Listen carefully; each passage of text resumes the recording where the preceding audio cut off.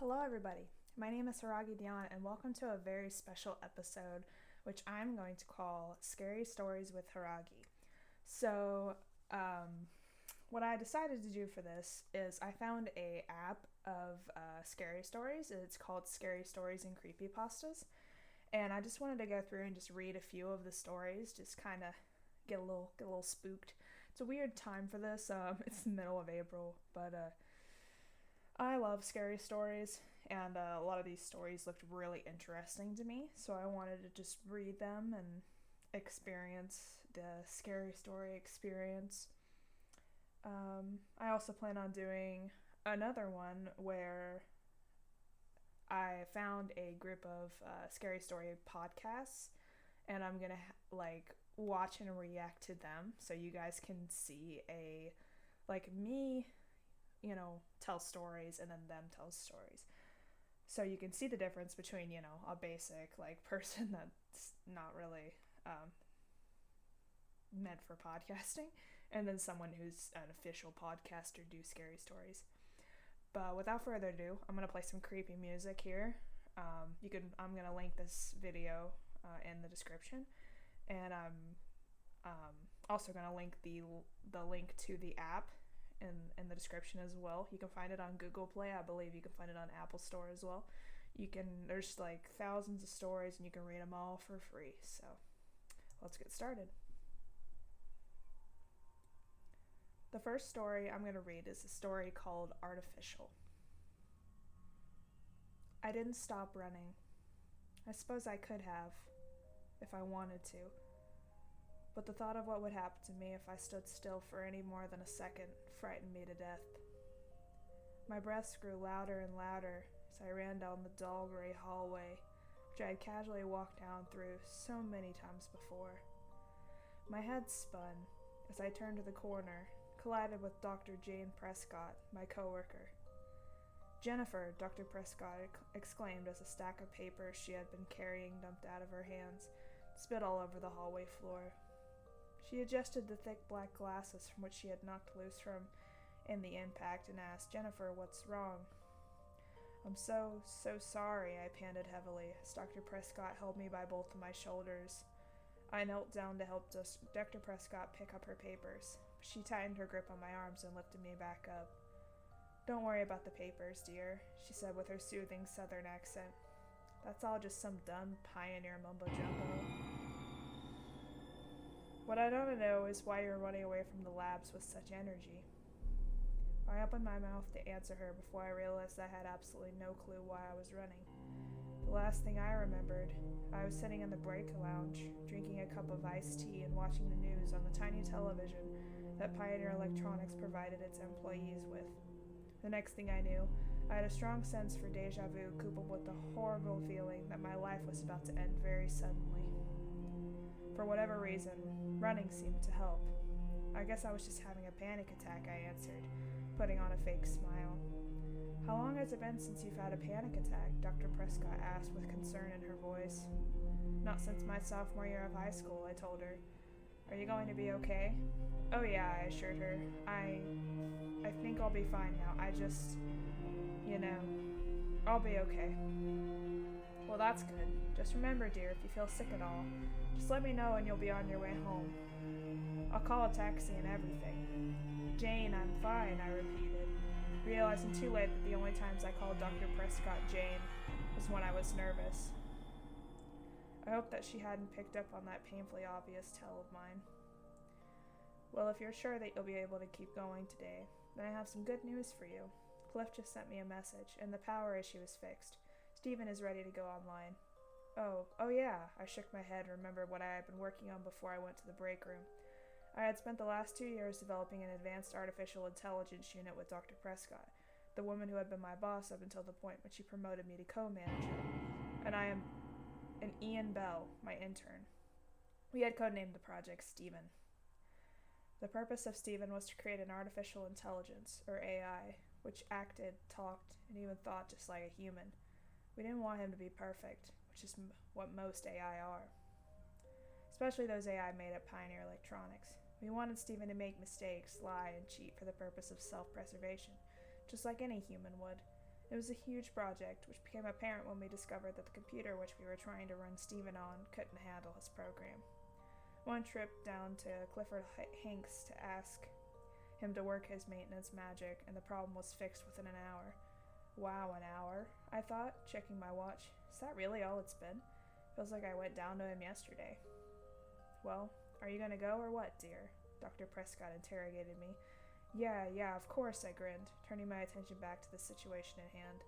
Why don't you go and find Ian and you two can sit in the observation room while I boot up Stephen? You bet, dear, she said, and I bent back down to pick up the papers again. She shooed me away. Go on, I already told you. I'll take care of this. I nodded excitedly, turned around, headed back in the direction I was running from. After 2 years of working with the brightest programmer I've ever met, I was finally going to meet our fantastic creation. While I knew I was supposed to be happy about this big moment, I still had a horrible sense of fear in the pit of my stomach. I turned and entered the door to the tiny lab, which had been left wide open. I walked over the computer to the right of the door and turned on the enormous monitor. As I waited for it to boot up, I wandered over to the opposite side of the lab and looked through the window to the observation room. Dr. Prescott and Ian were just getting settled in. I flashed them enthusiastic thumbs up before grabbing the rolling chair, which had somehow wound up on the same side of the lab as the window to the observation room, and guiding it back to the computer monitor. I sat down on the blue cushion and rolled as close to the keyboard as I could get without breaking my ribs before finally flipping the switch on the Pioneer memory box. The monitor went dark for a moment, but after about 5 seconds, a bright blue light lit up on the entire lab. I waited with bated breath for a face to form in the light, but unfortunately, it didn't come. Dr. Lane, we don't think it's working, Ian's shaky voice whispered in my ear, making me jump. I had forgotten that I was wearing an earpiece. I know, I said, disappointed. Ian and I are going to go, and Dr. Prescott started to say, but she was interrupted by a low hum emanating from the computer's speakers. Hello? I asked, feeling a little silly that I was talking to what could still be an inanimate object. To my delight, the hum rose to form the slow but audible word. Hello. Stephen? Yes, this is Stephen. Can you hear me, Jennifer? You keep slowing down every now and then, but yeah, I can hear you. How did you know my name? Stephen's smooth, calm voice asked me. I was about to ask you the same question. I commented with the same tone of voice.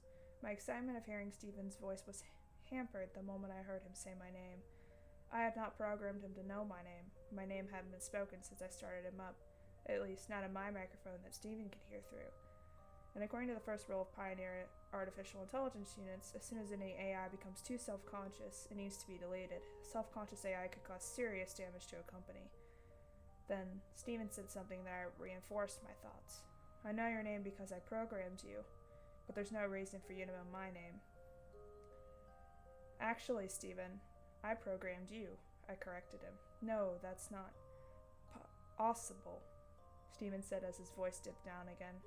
I've spent years working on you. There's no chance that I was just created. I actually gave you all of your memories, I explained. You remember when you were 3 and you fell off a lawn chair and got that scar on your cheek? I programmed you to think that. Stephen didn't answer for a while, but when he finally did, he said, Jennifer, I'll be right back. As he said this, the blue computer monitor dimmed a little bit. Jennifer, Ian broke the silence. Could you come back here, please? Yeah, I said, without turning my head. I stood up and exited the lab. I opened the first door on the right side of the hallway to find Dr. Prescott and Ian sitting on 2 of the 4 chairs in the observation room. Dr. Lane, we need to talk about what just happened, Ian said calmly as Dr. Prescott gestured for me to sit in a chair next to them.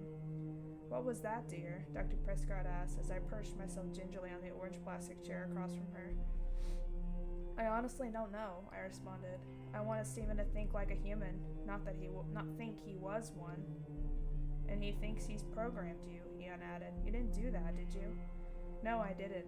I gave him all of his memories, but I'm sure there was no memory of programming me. Dr. Prescott spoke up. We have quite the dilemma here, don't we? What do you mean, Ian asked. Well, think about it, dear. Stephen thinks he's a human. We think we're humans. Stephen thinks he programmed us. We think we programmed him. In fact, right now, Stephen's probably having the same conversation with some of his coworkers. I didn't program any personalities except for Steven, I said. But you gave him memories of friends, a job, and a family, didn't you? And he made it so that he would continue to make his own artificial memories after creation. So he wouldn't even know that his real life just started a couple of minutes ago. You did that, didn't you? Yeah, I guess I did. I grabbed the corners of my pale white lab coat, began flapping them nervously. What are you getting at here, Jane? Think philosophically, dears. Dr. Prescott stood up and approached the large window which covered a majority of the wall to the right of the entrance. The blue computer screen flickered, as if it knew we were watching it. Could someone please spell it out for me? Ian asked, breaking the silent tension which had just filled the room. Dr. Prescott turned back towards us and pushed her thick glasses up to her aged nose. All I'm saying is that it's possible that we don't exist. Okay, that doesn't make any sense, I scoffed, standing up. I exist, okay? If I didn't exist, how could I be thinking right now? Ian asked, clearly knocking over his orange chair as he stood up as well. It's just a thought, Dr. Prescott said defensively. She sat back down, and Ian and I automatically lowered ourselves into our seats too. I closed my eyes and basked in the silence. What is going on? I wondered. How is it possible that I don't exist? Although Dr. Prescott usually knows what she's talking about. But still, I know that I'm real. What did that guy with the girly name say? I think, therefore I am. Just knowing that I can question my existence ensures that I exist, right? Alright, let me talk to him again, I sighed, feeling a little bad for upsetting Dr. Prescott. I'll see what I think. If I can't figure out what's going on here, I'll have no choice but to bring him offline. Dr. Prescott and Ian nodded simultaneously in understanding, before I stood up and exited the observation room. As I entered the lab, the blue computer monitor grew brighter. Jennifer? Stephen's voice called from the screen. I sat up in the chair and noticed the faint outline of a man sitting in the blue light. I'm here, Stephen, I said. Can we talk a little more? Funny, I was about to ask you the same question. Do you have any family, I asked, remembering my family that I had programmed for him. I have a wife, Stephen replied. Her name is Melinda. What about kids? 2. They're both girls. What are their names? Madison is the older one. She's 13. Lillian's 8. Would you like to see pictures of them? I'd love to, I smiled. The more we talked, the more apparent Stephen's silhouette on the screen became. I realized when I was holding the corners of my lab coat again, and I released them quickly. I knew that Stephen was telling the same awkward tension that I was, which comforted me a little. The figure reappeared on the screen. By now, the blue light had faded enough for me to see Stephen's eyes, nose, mouth, and ears. I could even make out some blinking lights on the walls behind him. Here, this is my wife, Stephen smiled, holding a framed picture up to the camera. In it, I saw a man and a woman. The man was Stephen, but he looked much, much younger on the photograph than he did on my screen. The woman next to him, Melinda, had long, wavy brunette hair, a pair of big eyes, and a smile that stretched from ear to ear. I remember creating that picture. These are my children, he said, taking the picture of his wife away from the screen, and instead holding up one of 2 girls sitting in a pumpkin patch. Maddie and Lil meant the world to me, he added quietly.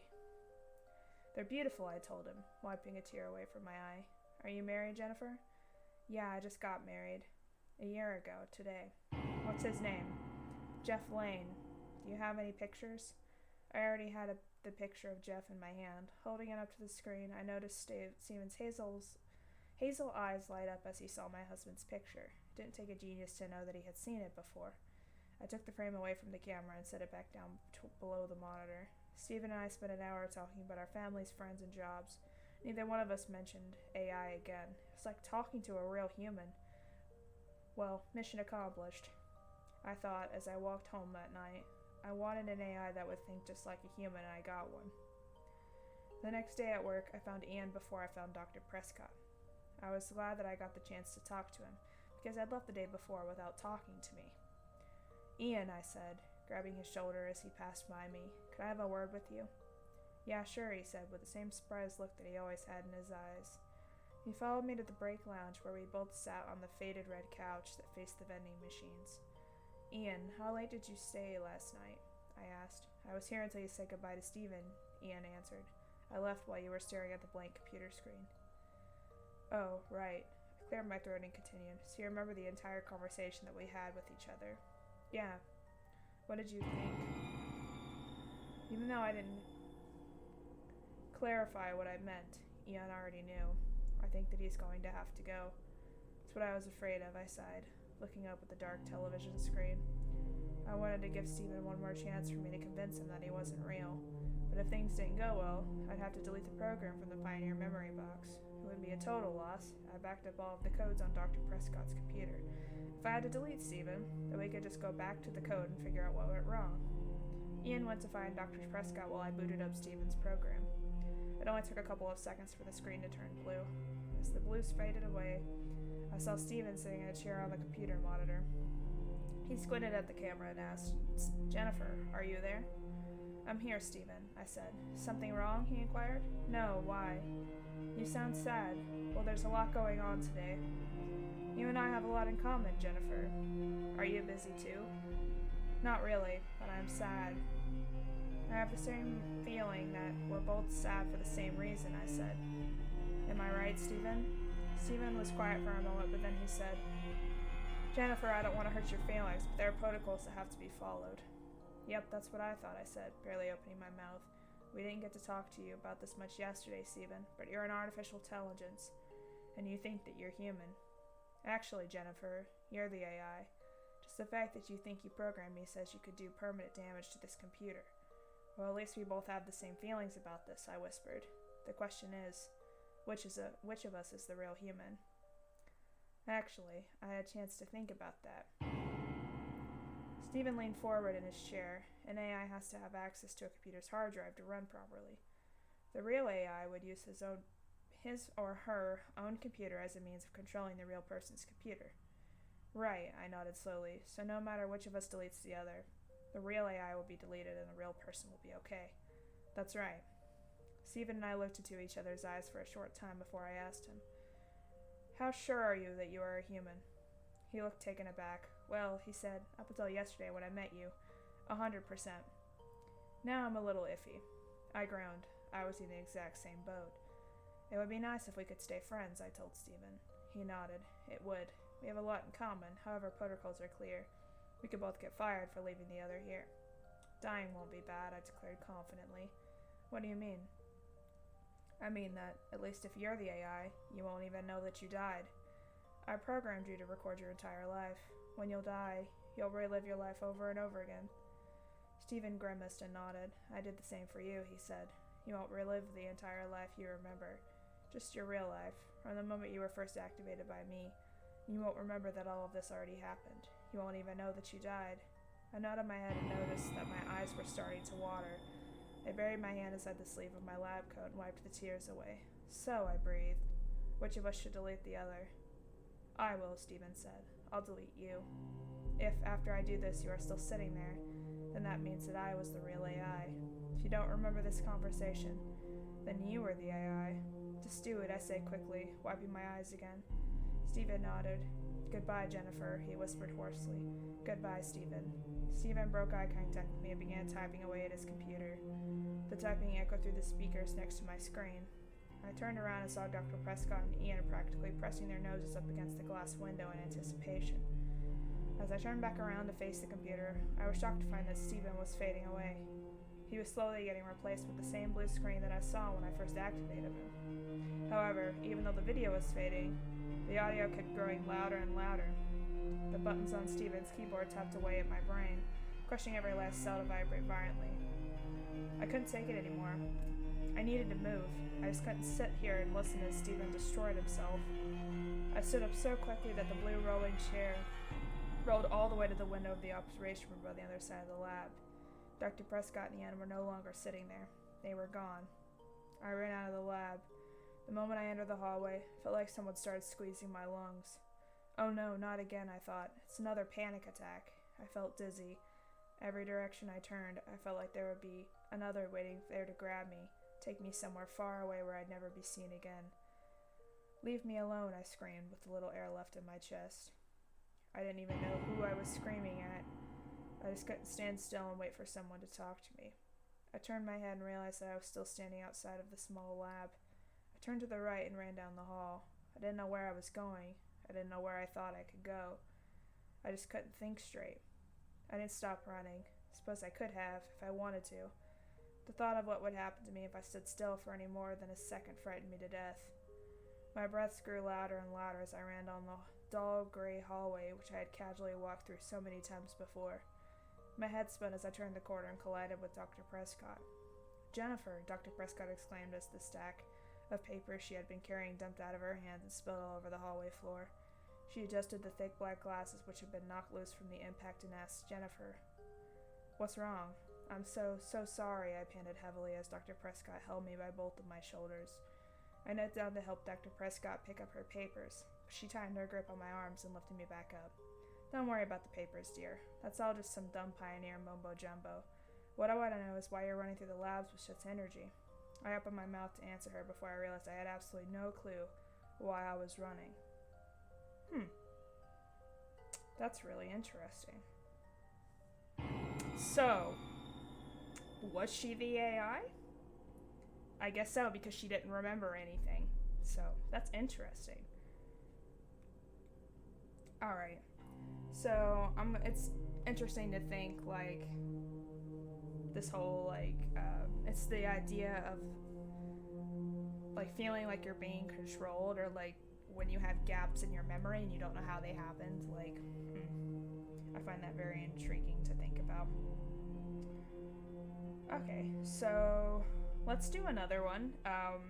This is scary stories, but also creepypastas, so I'm not sure which is which, but there is one particular, there are a few that I know particularly are creepypastas, and they have been made into a lot of different video games and videos and fan art and stuff like that. So let's do the next one, which is one that's very, very popular. It's called Slender Man. After waking up with a jolt, the girl laid in bed a few seconds longer. Reaching over to switch on her bedside lamp, she tried to remember exactly what had stolen her sweet slumber away. When she couldn't, the brunette swung her legs over the side of the bed and heaved herself up. Checking the time on her phone, she snorted when she saw it was midnight, the witching hour. Knowing that sleep would only evade her, she left her bedroom for the kitchen, a good cup of coffee on her mind. She passed by the front door, chill spread like liquid fire down her spine. It's only winter, she told herself, focusing again on the coffee plan. Measuring out scoops, water, preparing her cup kept her occupied, but as the dark liquid boiled, she had nothing left to keep her mind from wandering off. The chill returned, and she couldn't help but glance back behind her to the front door. Stood there innocently enough, just like always. The deadbolt was still in place, and she could see nothing amiss with it. Turning back to her coffee, she did her best to forget about the feeling. With her cup in her hand, she started back towards her bedroom. She walked by the front door. She decided that a quick glance out of the peephole would help her calm her restless mind. The chill worsened with each step she took towards the door, further away from the safety and warmth of her blankets. She pressed her empty hand against the cold metal door, took a deep breath before leading her eye to the peephole. At first, all she could see was an inky blackness. It somehow seemed to swirl in itself. When she blinked in surprise, the void melted away. She wished it hadn't. In its place, there stood what she could only guess was once a man. The limbs were long and inhumanly awkward, with bulky joints branching off into several arms, not unlike the branches of a tree. The creature was draped in a black suit, somehow making the thing more nightmarish to her. The icing on the proverbial cake, however, is what passed as the hellish things faced. It was as though her mind blurred the ghastly visage just spare herself further shock and horror. She shoved herself away from the door with the hand still pressed against it. The scalding mug of coffee fell, the liquid burning her bare legs as she fell backwards and tried to crawl away from the door. She knew somehow that her mind had been playing tricks on her. As she walked away from the door, she watched as tendrils as black as the void she first saw snake around through the cracks. The girl was trapped between the instinct to flee and the gut feeling to not turn her back on the door. When the door jolted, the urge to flee overcame her, and she slipped in the burning liquid as she tried to make it back to her room. She knew deep down she was trapping herself in a corner, but she had to get away from the door. The girl was halfway down the hallway when she heard the previously locked door creak open. She screamed and slipped into a wall, cracking her chin on it, stunning her. After that, there was only blackness. "Nicole," a warm male voice snapped the woman out of her trance. She turned around. She was met by one of her sister's doctors. She nodded, not sure if she should say anything. or even she could find her voice if she did have something to say. That morning, she had gotten an urgent phone call from the hospital, saying that her sister Lindsay was there. Before they had even let her see her, the doctors had pulled her off to the side and insisted that they talk to her about what might have happened. Phrases like self-infected and assault had been thrown around, and Nicole felt her mind reel. She still hadn't fully understood what they had been saying until she saw Lindsay with her own eyes. Her little sister had a bandage wrapped around her head, covering both of her ears as well as her eyes. They said it was to keep her now deadened eyes from drying out and try to keep infection out of the wounds Lindsay had made to her ears. The doctors had guessed that either she or someone else had jammed a pencil into them to keep her off balance or to deafen herself against something. There was the mix of first and second-degree burns on her hands, legs, and feet from what was assumed to be the coffee her neighbors found slipped all over the entry to her apartment. As Nicole walked into her sister's hospital room the first time, she thought she had spied the silhouette of a man in the window. That, she knew, was impossible. Her sister's room was on the 3rd story of the hospital.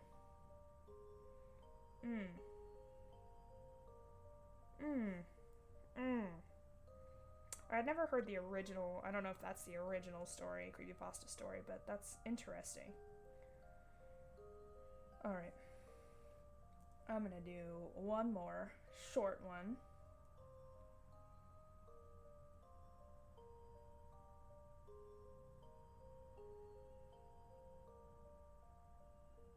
This one is called Devil in the Details. Trevor looked at the sweaty, crumpled paper in his hand, reviewing the instructions yet again. Soon it would be too late to read over them, but until then, every rehearsal could be the one that saved his life. 4 pale candles, he read, and then glanced over to the 4 candles sitting on the floor. He had arranged them in a perfect square, just as instructed. The line of crisp white chalk connected them, and he mentally marked the next item off the list. His hand was shaking, making it harder to read the scrawled lines of pencil on the paper. With a deep breath, he looked away from the paper and out the window. There was a swell of nervous energy bubbling in his chest. He had prepared himself, he reminded himself. He had read and studied. He had memorized every line of text and done his research. Now was no time to have second thoughts or doubts. Remember, the entity will know your thoughts. If you enter with doubts, he will use these to his advantage. Trevor closed his eyes and smiled, trying his best to think confident, reassuring thoughts. What he needed to do, he realized, was find something else to think about.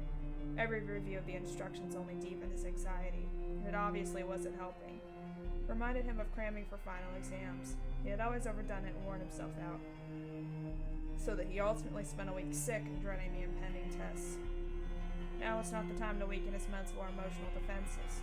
It was, instead, the time to finally achieve something with his life. Trevor walked away from his preparations, shoving the paper in his pocket, trying to prevent his mind from running over and over the instructions. They always hung on in the final words. If you successfully complete the ritual, he will grant you one request for whatever your heart desires.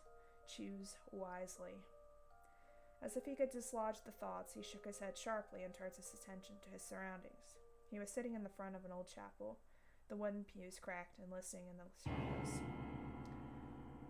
What had once been lovely windows were now either caked with dust, webbed with cracks, or lying broken on the floor. The moon sprinkled silver light around the interior, light which somehow only made the shadows darker. He wondered briefly about those who had once gathered here, bowing penitently and singing their hymns. But churches dried up when a town did, and it was nothing more than an artifact cast out. Find a place of religious significance. It may be a church, temple, synagogue, mosque, sanctuary, blessed space, or area of miraculous happenings. Any place where people come to demonstrate faith will suffice. Trevor smirked, remembering the words. He had considered going to his hometown's football stadium, because that was where he had witnessed the greatest religious fervor. But somehow he thought such secular praises were not what the ritual intended. He had looked upon this place on the top of his trips to and from a university. It was off the beaten path, well removed from the rest of civilization. Soybean fields were the nearest attraction, which meant he would be almost free to conduct his activities in peace. Assuming, of course, local kids did not wander in, drawn by the same isolation and freedom that had brought him. Given the lack of beer bottles and vandalism, he assumed it was not a popular place for such activities. His legs were shaking up and down. Whether from excitement or anxiety, he was not sure. He checked his watch, noting that it had slipped 5 minutes closer since his last inspection. It was now 11:50, which meant his waiting was almost over. Must be begin at precisely midnight. Too early or too late, and you will have no results but feeling like a fool. He had set and reset his watch just to be certain it was exact. Now he just needed to rely on it. He had also selected this position because it was just close enough to hear the church bells from a couple of towns over. Come midnight, they would toll and assure him he was on time. The wind kicked up inside, tossing a few stray leaves through the opening. The many holes in the roof howled pitifully, and the rest of the buildings creaked with the gusts.